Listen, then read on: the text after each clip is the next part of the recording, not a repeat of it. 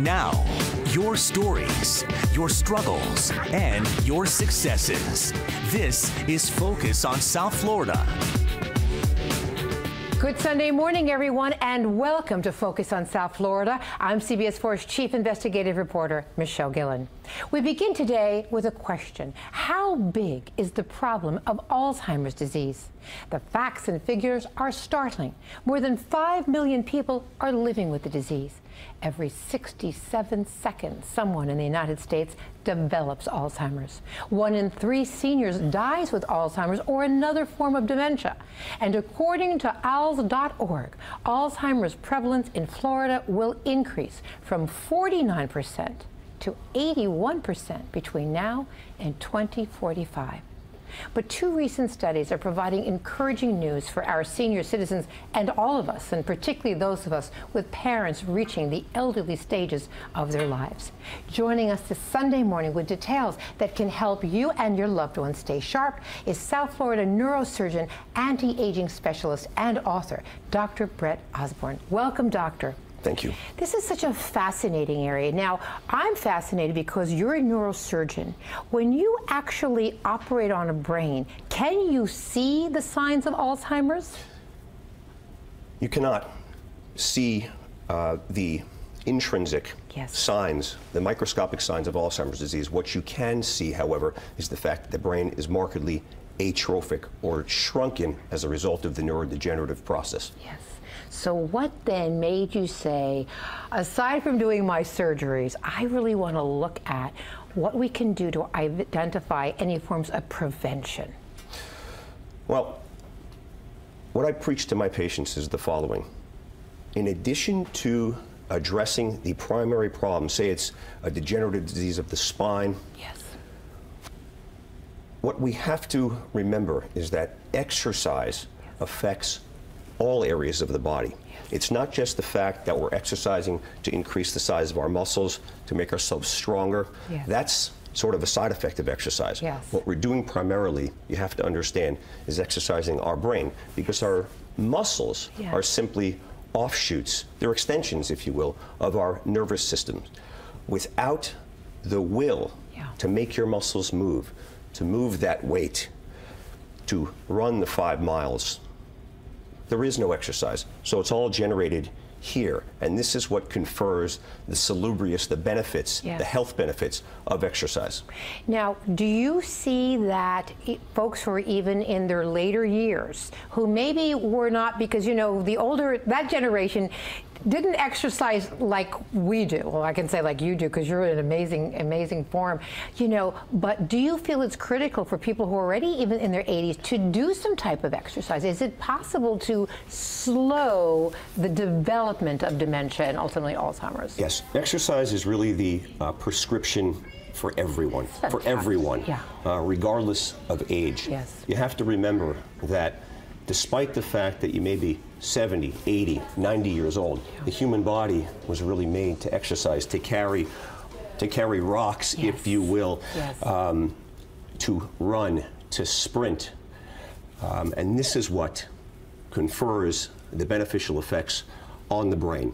The fact that we are stressing our bodies, challenging our bodies, even into our later years, we do have the hormonal support to be able to generate that muscle.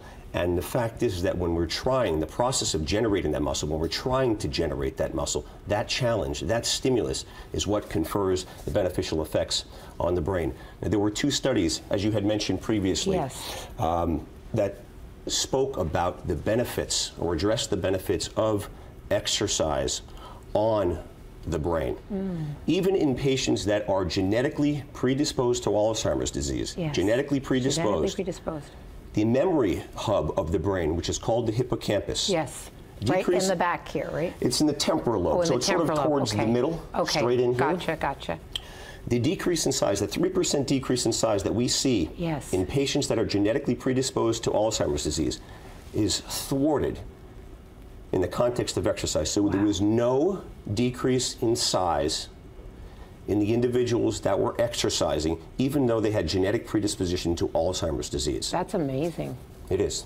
And that is the area of the brain, well, I'm not getting the location right, but isn't that the area of the brain that also can deal with our empathy and certain emotions that we deal with? That is correct. Because we often kid that, you know, as our parents get older, sometimes they have no filters anymore. They just say what they want and, you know, take it or leave it. Right. There are some emotional centers that are localized to the temporal lobe as well. Yes. But also these issues that you had discussed, that's a frontal lobe function, which is also, interestingly, to some degree responsible for our memory. Wow.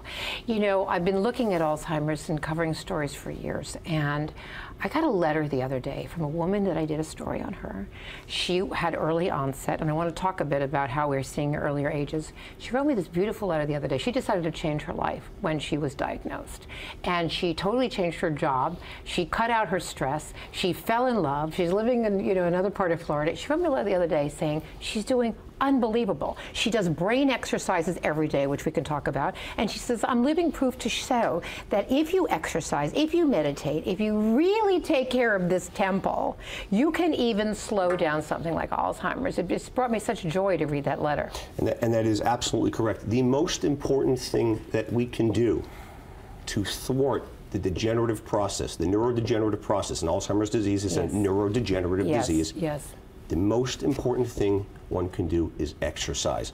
It has anti-inflammatory properties. Yes. As you know, Alzheimer's is an inflammatory disease, like cancer, diabetes, cerebrovascular disease, coronary artery disease. These are all inflammatory disease. Exercise confers anti-inflammatory effects.